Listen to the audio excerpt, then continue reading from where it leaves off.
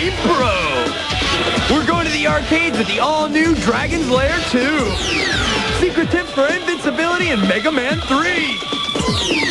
We'll show you how to defeat the dragon in the Immortal. And we're gonna knock heads with the #1 head knocker of them all, Fox Revenge. All this and more on GamePro. Let's boogie!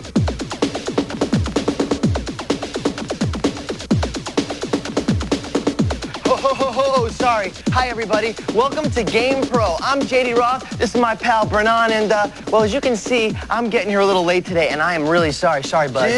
Dude, what are you late for, man? I was expecting you. What happened? Well, you see, I was hanging back with the Game Lab guys playing this awesome new arcade game they just put in, and, well, we're going to show it to you later on, and you are going to love it. Anyhow, here I am with all the video game tips and talk you come to expect week in and week out. And where do we get these globs of gamer knowledge? Hey, I'll tell you where. GamePro magazine, the #1 source for home and arcade video game information. You know it. B-Man, what's up? Wait, dude, what were you and the gonzo dudes back there in the lab playing without me for? That's hurtful. No. Chill, B-Man. I got the game. We kept the game so we can play during commercials. I love this job. Oh, okay, that's cool. But, dude, no commercial right now, okay? You gotta go. SWAT time, bud. SWAT time, yeah, and bud. as we speak, I am on my way. Let's do it. Here we go. SWAT World! Whoa! Secret weapons and tactics. Whoa! Nice ride. Here I am in my home away from home, SWAT World. And here's a tip for the 3rd installment in one of the all-time popular game series on NES, Mega Man 3. I'll get him next time, don't worry. Now, using this tactic takes guts and a friend. So make sure you got both before you try it out. Oh, missed him again. I'll get him next time. If you execute this tactic correctly, you can achieve limited invincibility and super jumping ability in Mega Man 3. Keep in mind that the invincibility part of this trick works only in the Needle Man, Snake Man, Shadow Man, and Gemini Man levels of the game, so don't bother trying it out on any other level. The super jumping works anywhere. When you're in any of these stages, fall into a hole that would normally kill Mega Man. That's right, fall into a hole that normally kills this dude. But when you fall, hold button A on controller 1 and right on the directional pad on controller 2. Now, keep both of these buttons down until you run out of energy. You can now let up on the A button on controller 1, but keep the pad down on controller 2. This is where a friend comes in handy, because as long as the right directional pad stays down on controller 2, you have invincibility and super jumping power. So, have your bud take care of controller 2 while you play the game.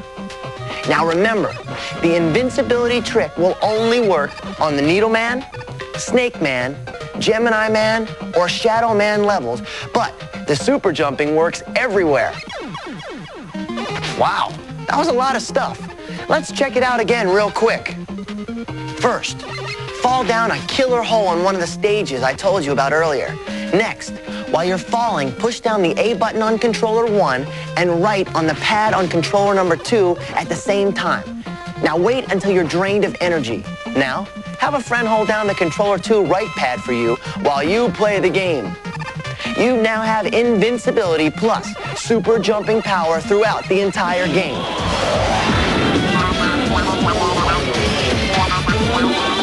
Hi, I'm Greg Woodcock from Garland, Texas. Can you guys tell me how to beat the dragon in the game Immortal? My friend and I have been stuck for months. Thanks. Hey, you don't take any prisoners, do you, bud? I think you fried at least 2 or 3 of the Game Lab's best over here, but we got the answer, so check it out. Use the blink spell 6 times to avoid the dragon's first 6 flame bursts. Now, while this will tire him out, he's not done yet because there's still one final long blast to come. Wait for a second inhale and then use the flame protection scroll. Next, hold the amulet up to the light, but dude, do not read the runes. Runes? Okay, I know you may be asking, dude, what's a rune? I bet you guys thought I said prunes. Psych! I didn't. I said runes. And I happened to check in with our runologist, and I learned that runes are ancient inscriptions which tell you your future. And if I don't get on with answering your question, I think I know what my future's gonna be. Ouch! So as I was saying, hold the amulet up to the light, but do not read the runes. This will frighten the dragon and keep him from attacking you while you deal with your next problem. The wizard Mortimer, who's gonna try and fry your behind with his lightning bolts. Bogus. Now here's how you handle this punk. Use the statue scroll 3 consecutive times to defend against the lightning bolts.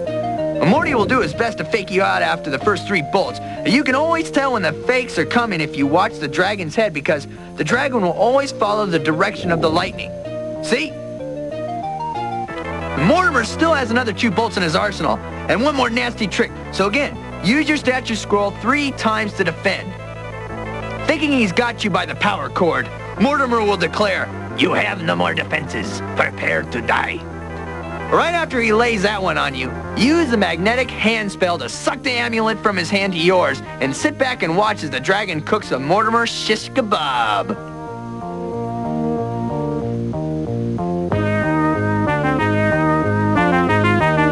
All right, way to go, bud. Good question. You'll be getting your free GamePro tee in the mail. Thank you. Now, if you other gamers have a hot one, put it on video. Send it to us. Get gutsy. We'll give you the address at the end of the show, okay? You gain invincibility in Target Earth when we return on GamePro. I'm on my way to SWAT. Beam me up.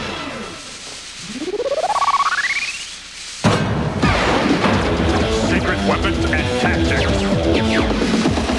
Whoa, whoa! Space, the final frontier. Oh, sorry, wrong game. If you're a Genesis player, then you gotta be a fan of Target Earth, one of the all-time greats for the 16-bit game. Well, here's 2 mega tips that'll keep your space cruiser in business for as long as you want to play the game. Whoa! The first tip is major easy to pull off. Now, even though Target Earth is a 1-player game, plug in the Player 2 controller. Once your spaceship is moving, just hit the start button on the Player 2 controller. I now pronounce you invincible. You'll still take on some damage from the hits, but your ship will never blow up. Now, if you prefer the challenge of a destructible spaceship, but want to keep the game going forever, here's a Target Earth tip that'll give you all the continues you want. Okay, check it out. To make this trick happen, you have to at least make it to level 2. Now, here's the part that takes some nerve, so listen up. You gotta take the plunge and die on purpose, that's right. Next, go back to the options screen and press start. When you see the babe appear with the words continue up, leave the options screen. Now you're back in the title screen, and if you did this one right, you should have 9 continues. Way to go. By the way, when you get down to 2 continues, you can run this trick all over again for another 9.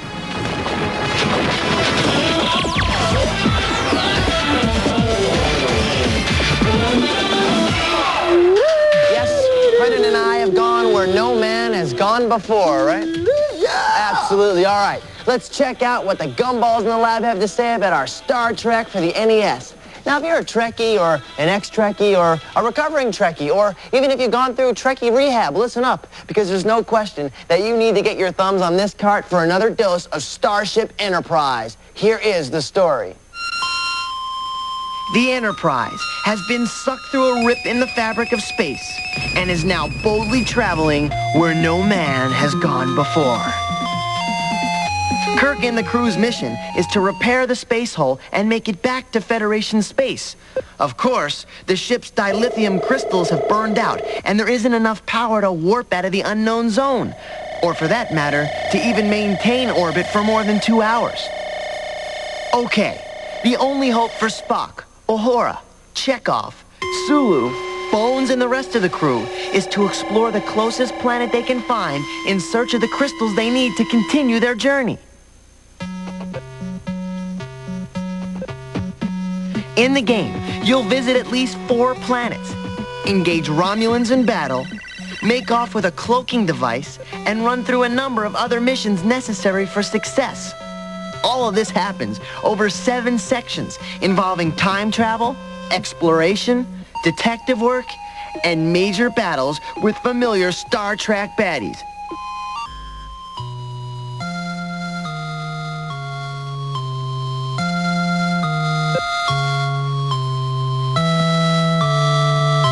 So, how did our crack team of Game Lab gargantuans rate Star Trek? Remember, the Game Labbers check our games out for graphics, sound, challenge, and fun factor. Now, while the Game Lab garbanzo beans like the graphics, especially the characters representing the original Star Trek cast, they were kind of disappointed with the backgrounds. A lot of the planets look the same, and some levels are nothing more than a graphic where you walk off on one side and reappear on the other.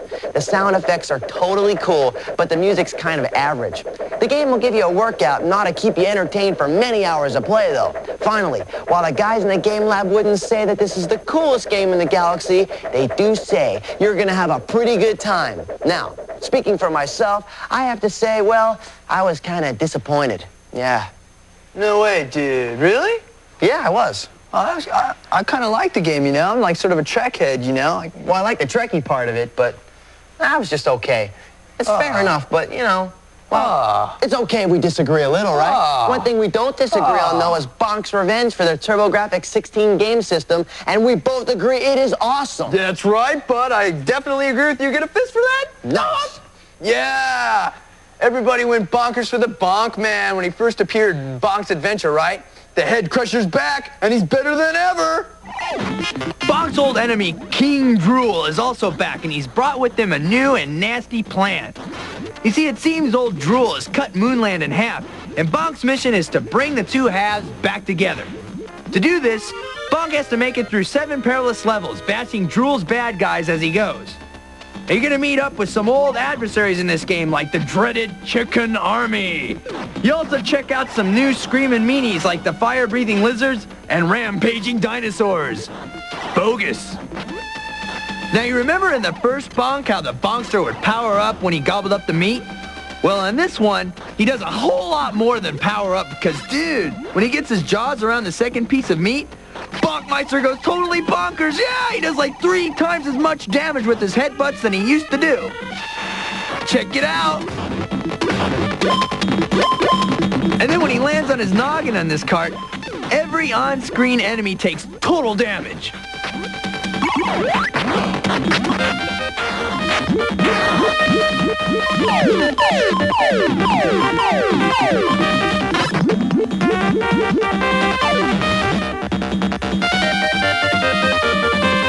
So, how do the Game Lab techie towheads rate this one?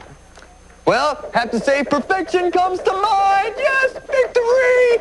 The graphics are mono-colorful with some great-looking prehistoric landscapes, and be sure to catch the animation on the boss characters, because, see, you've never seen it done better. Sound? I don't know. I got a thing for the sound of Bonk's most massive head thumps. They just kind of go thwonk, you know? It's really cool. And the gamers of all ages and skill levels can play along. And finally, when it comes to music, well, I'd have to say that that's pretty good, too. The gameplay's challenging, though not impossible, and it's fun. Bonk's a classic video game, and it's Bonk! It's Bonk! Bonk on, dudes! Bonk!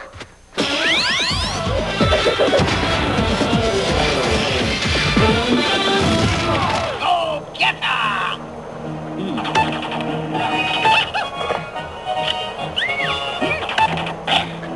Oh, hey, Bud.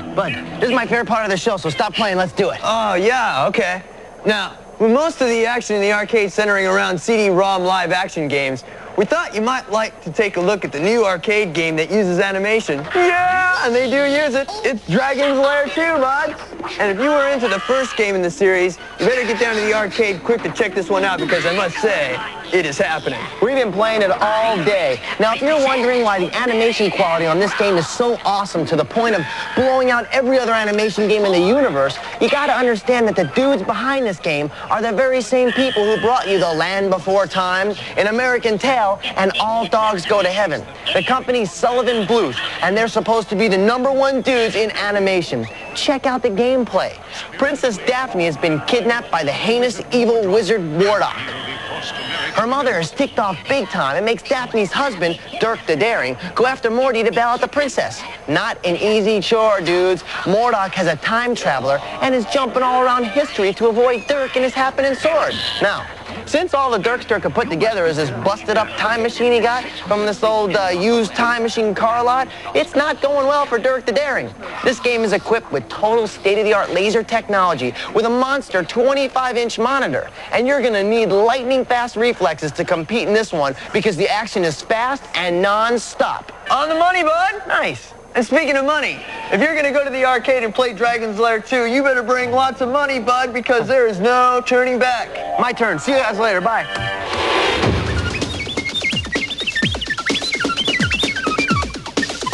Hello, my name is Trevor Williams from Reston, Virginia, and I managed to score 240,630 big points on Dynamite Duke for the Sega Genesis. Hi, I'm John Meissner from Ottawa, Canada, and I finished Bonk's Adventure for the TurboGrafx 16. Hi, this is Kevin Murphy from Smyrna, Georgia, and on Strider for the Sega Genesis, I got a cool 158,950. Unbelievable scores, dude. Your GamePro subscription is in the mail, so check it out. And remember, if you want to win, you gotta send them in. Hot tips and tactics for Valis 3 when we come back. Oh, yeah. Yeah, sure. It's lovely. Hey, how you doing? Bud, you off to SWAT World? No, I'm in the middle of a great game of Tetris. All right, I'm gonna go to SWAT World. I'll put it on pause. Make sure you do not take this off pause, okay? Okay. Later, bud. Got it.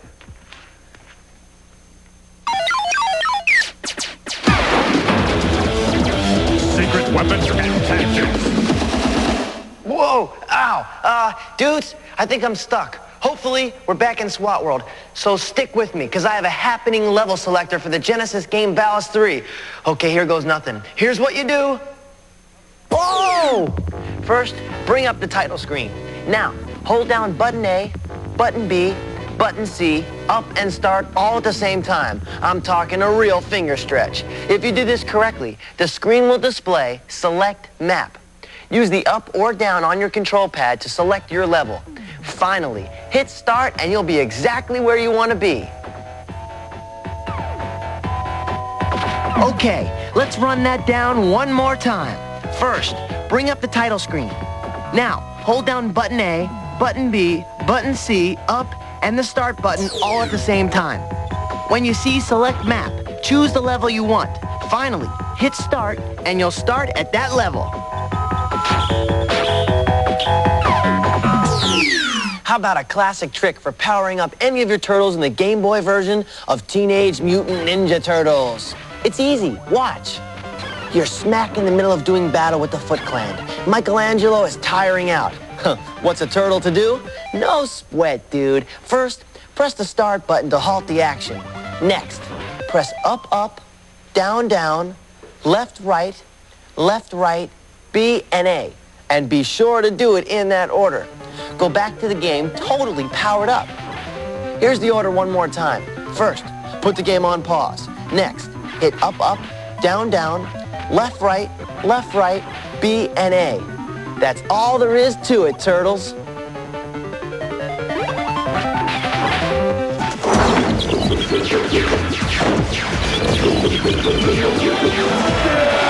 right.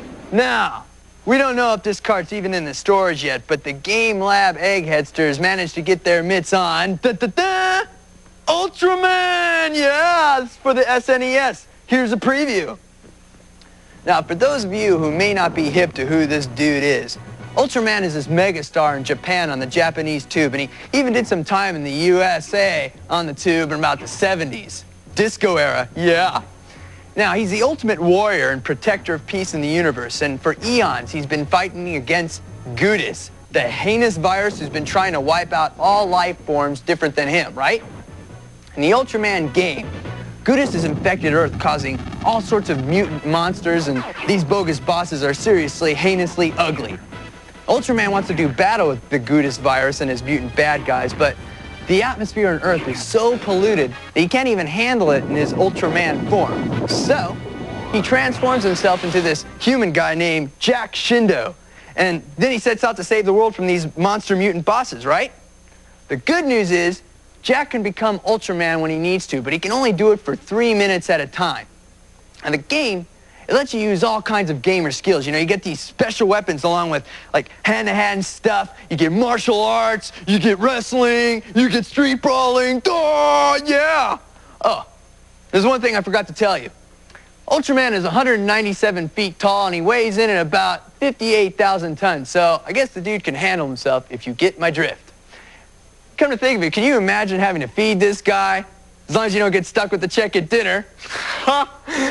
Now, the action's happening, the graphics are cool, the game is hot, so look for it because it's one cart that you're definitely gonna want to get friendly with. Bring Nate back from the dead with a cool tip for Phantasy Star 2. Coming up on GamePro.